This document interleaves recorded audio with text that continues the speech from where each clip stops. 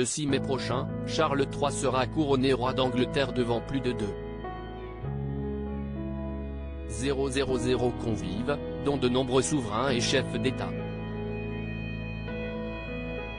Joe Biden envisagerait pourtant de refuser l'invitation du souverain britannique, se faisant remplacer par une délégation américaine. C'est un événement hautement historique qui se déroulera en l'abbaye de Westminster le 6 mai prochain.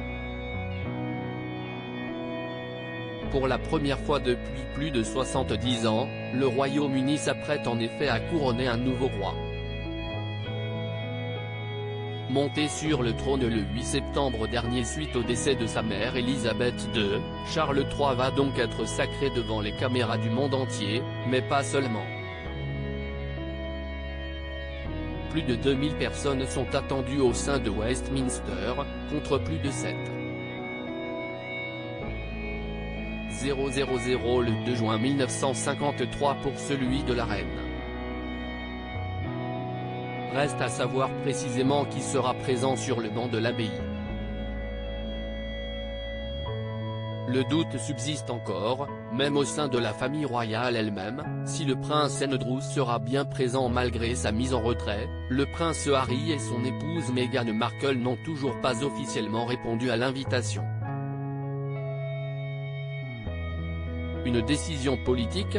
La famille royale sera en tout cas bien entourée, puisque des souverains et chefs d'État du monde entier devraient être présents.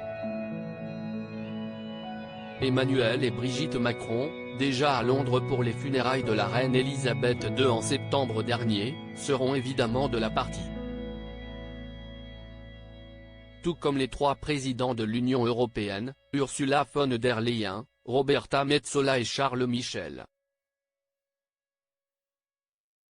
Mais les téléspectateurs pourront-ils en revanche apercevoir le président des États-Unis? Rien n'est moins sûr selon les informations du Mirror. Selon les sources du tabloïd britannique, Joe Biden aurait en effet refusé l'invitation de la couronne britannique, de peur d'être vu comme trop snob aux États-Unis, où il entrera bientôt de nouveau en campagne pour sa réélection à la Maison-Blanche. À sa place, le président américain pourrait envoyer une délégation afin de représenter son pays à la cérémonie. Son épouse Jill Biden pourrait notamment agir en son nom à Londres le 6 mai prochain.